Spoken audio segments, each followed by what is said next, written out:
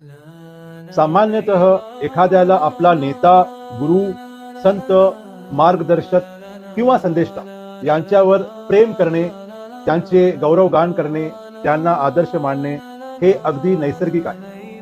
आणि आम्ही मुस्लिम, आम्ही सर्व शक्तिमान अल्लाहचे अंतिम संदेष्टा, अंतिम पैगंबर मुहम्मद सल्लल्लाहु अलैहि वसल्लम यांच्यावर प्रेम करतो आणि त्यांचे गौरवगान करतो। आमच्यासाठी ते आदर्श आणि मार्गदर्शक आहेत।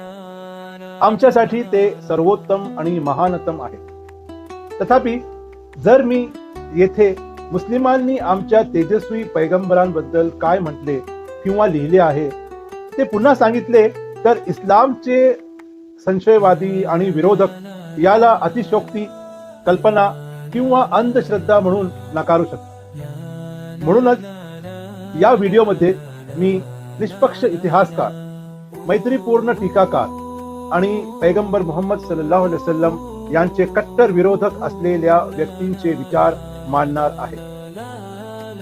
आणि अर्थातच वेळेच्या मर्यादामुळे सर्व उदाहरणे आणि टिप्पण्या चर्चेत घेता येणार नाहीत, पण मी इतिहासातील काही अत्यंत महत्त्वाच्या शैक्षणिक आणि प्रसिद्ध व्यक्तिमत्वांचे विचार मांडणार आहे। कोणतेही सामान्य लोक नव्हे, जे स्वतःला ज्ञानी म्हणवून घेतात आणि जाणून बुजून किंवा अज्ञानाने इतिहासातील या महान व्यक्तिमत्वावर टीका करून स्वतःचीच नाचक्की करतात।